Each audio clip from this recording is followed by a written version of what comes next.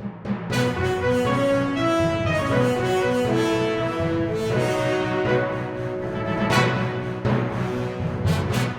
اللہ الرحمن الرحیم۔ وہ دانائے سبل ختم الرسل مولائے کل جس نے غبار راہ کو بخشا فروغ وادی سینا، اور نگاہ عشق و مستی میں وہی اول وہی آخر، وہی قرآن وہی فرقان وہی یاسین وہی طٰہٰ۔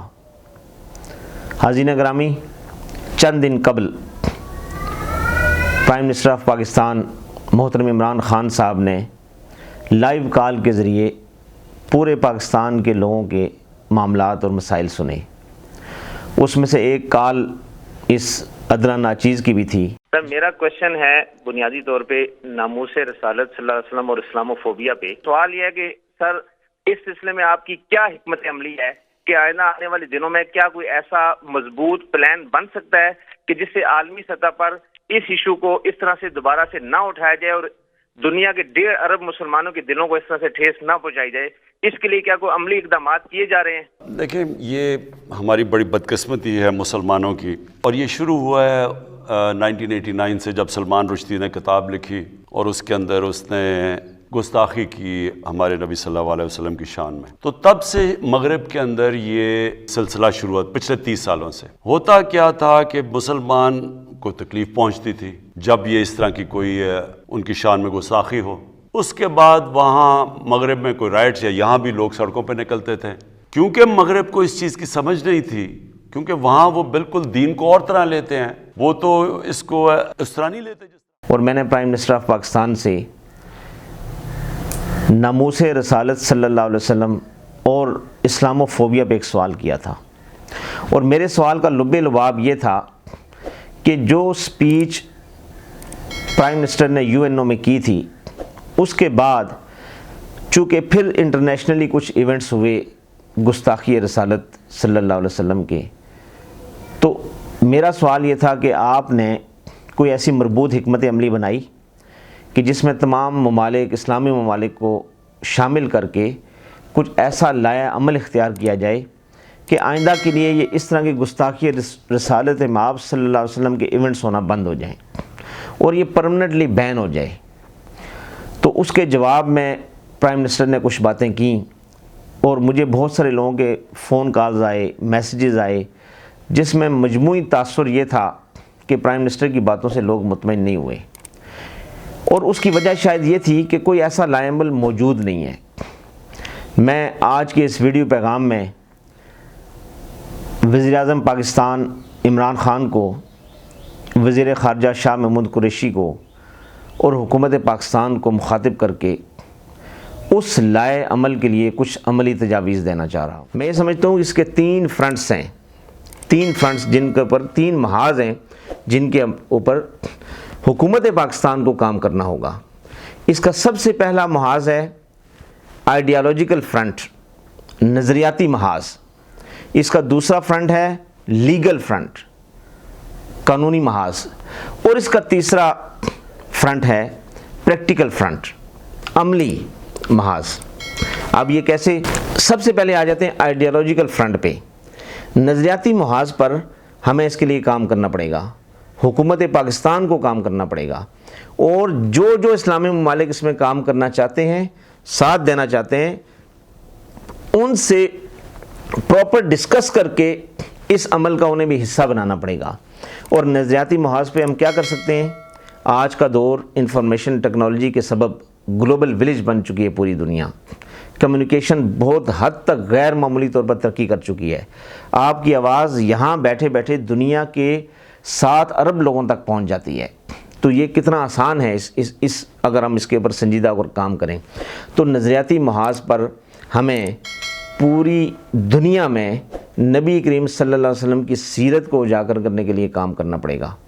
آپ صلی اللہ علیہ وسلم کی سیرت کے لیے ایسے ہمیں کام کرنے پڑیں گے، چاہے وہ کانفرنسز ہوں، چاہے وہ آن لائن ویڈیو سیشنز ہوں، ایک بہت ہی زبردست قسم کی امپریسو ورلڈ وائڈ ممالک کو شامل کر کے ایک بڑی عالمی سطح کی ویب سائٹ بنائی جائے جس میں نبی کریم صلی اللہ علیہ وسلم کی سیرت کے تمام تر پہلوؤں کو اجاگر کیا جائے، اس کو دنیا کی ہر زبان میں ٹرانسلیٹ کیا جائے، اس یوٹیوب کے اوپر چینلز ہوں.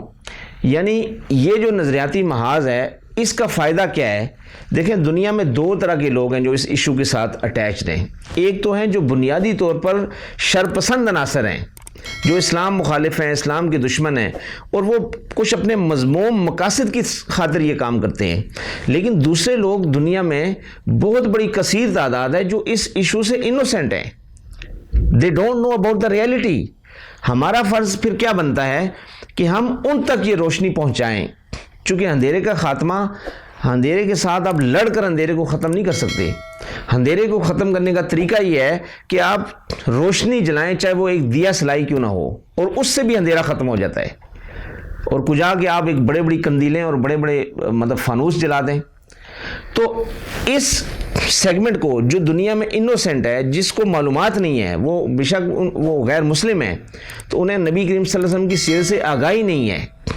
تو جب یہ گستاخی کی جاتی ہے اور اس گستاخی پر مسلمانوں کا ریئیکشن آتا ہے تو اس ریئیکشن کو پھر دہشت گردی کا نام دے دیا جاتا ہے، اس ریئیکشن کو ٹیررزم کا نام دے دیا جاتا ہے، اور پھر اس فرنٹ پر اسلام پر ایک اور حملہ کر دیا جاتا ہے کہ یہ دہشت گردوں کا مذہب ہے. تو اس کا نقصان کیا ہوتا ہے کہ وہ جو دنیا کی ایک بڑی آبادی ہے جو اسلام کے بارے میں نہیں جانتی، نبی کریم صلی اللہ علیہ وسلم کی سیرت سے وہ آگاہ نہیں ہے، وہ پھر اس محاذ پر بھی متاثر ہو جاتے ہیں کہ یہ تو دہشت گرد ہیں. اب وہ ایک ریئیکشن بھی انہوں نے ریئیکشن کریٹ کیا، اور ریئیکشن کو پھر ایک الزام کا نام دے دیا. اب اس کا پہلے سٹیپ پہ ہم جب مقابلہ کریں گے تو وہ مقابلہ ایسے ہوگا کہ اس کو نظریاتی محاذ پر اس پر بھرپور کام کرنا پڑے گا.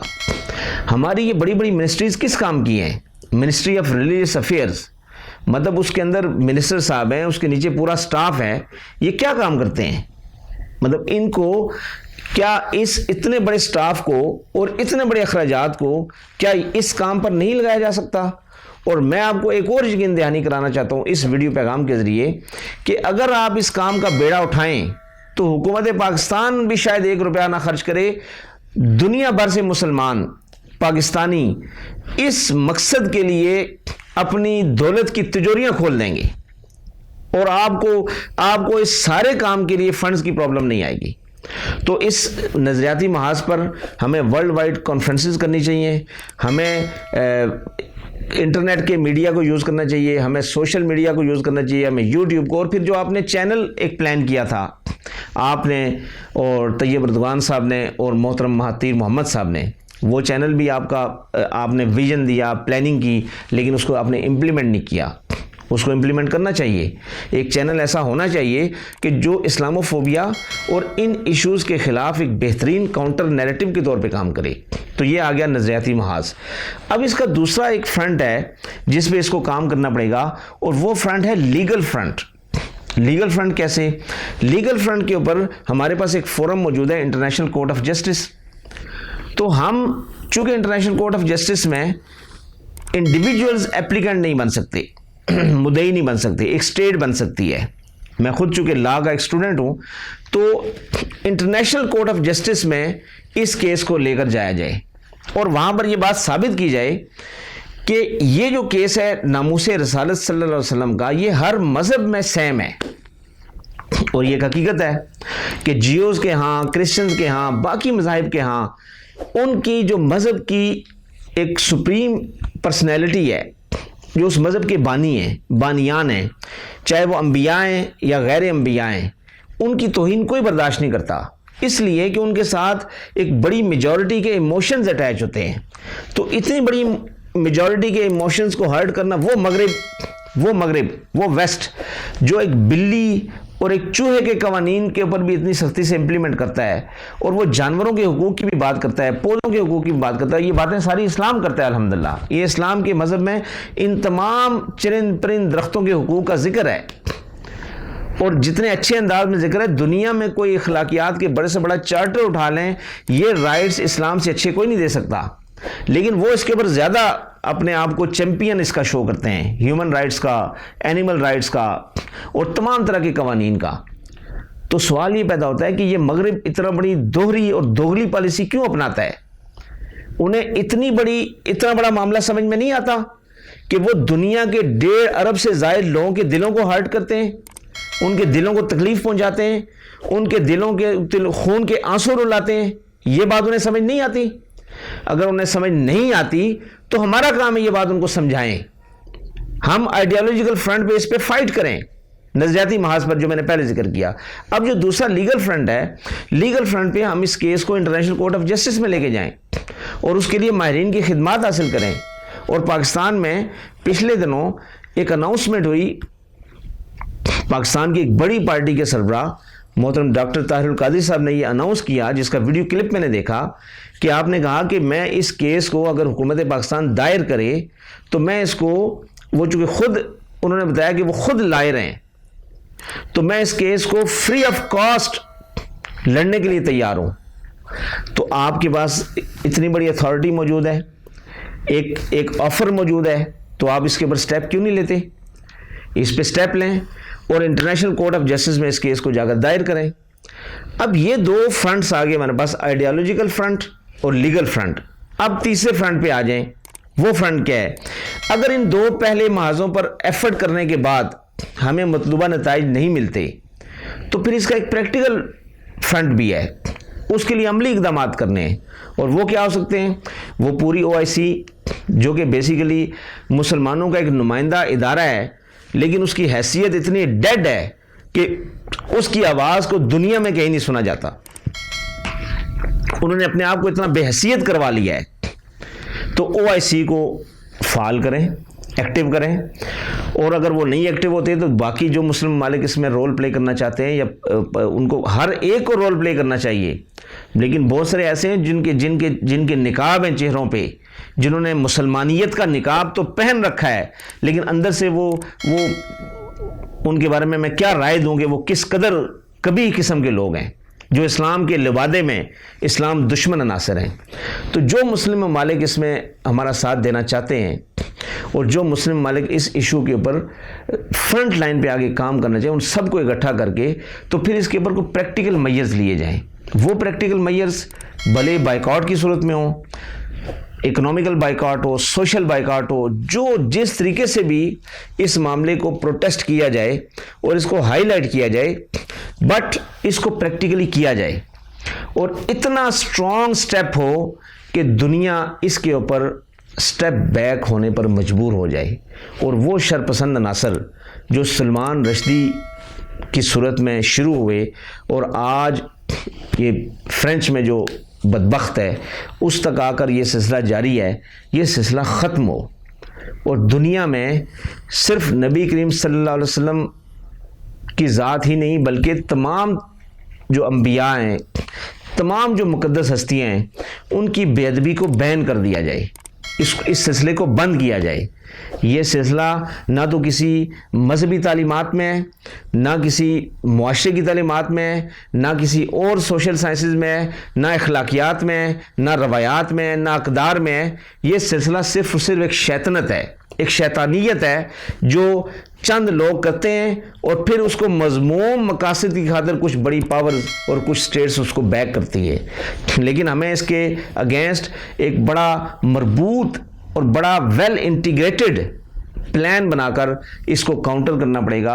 اور عمران خان صاحب، میں ڈائریکٹلی آپ سے مخاطب ہوں، یقین مانیں کہ علامہ اقبال کا وہ شعر مجھے یاد آتا ہے کہ جس میں آپ نے فرمایا کہ یہ جہاں چیز ہے کیا لوح و قلم تیرے ہیں، لیکن کب یہ جہاں چیز ہے کیا، یعنی یہ جہاں کوئی چیز نہیں ہے، لوح و قلم تیرے ہاتھ میں آ جائیں گے، لیکن کب؟ کی محمد سے وفا تو نے تو ہم تیرے ہیں۔ یہ اللہ پاک کی زبان میں فرما رہے ہیں کہ کی محمد سے صلی اللہ علیہ وسلم وفا تو نے تو ہم تیرے ہیں، یہ جہاں چیز ہے کیا لوح و قلم تیرے ہیں۔ آپ اپنے اس ویژن کو جو آپ نے UNO میں بیان کیا تھا اس کو پریکٹیکل میں ٹرانسلیٹ کریں اور اس ویژن کو امپلیمنٹ کریں۔ آپ یقین مانیں کہ آپ تمام تر کرائسس سے بھی نکل آئیں گے اور تاریخ میں اپنا نام امر کر جائیں گے۔ اللہ تعالی ہمیں اس پہ مکمل ایمانداری اور مکمل سنجیدگی سے عملی اقدامات کرنے کی توفیق عطا فرمائے۔ وما علینا الا البلاغ المبین۔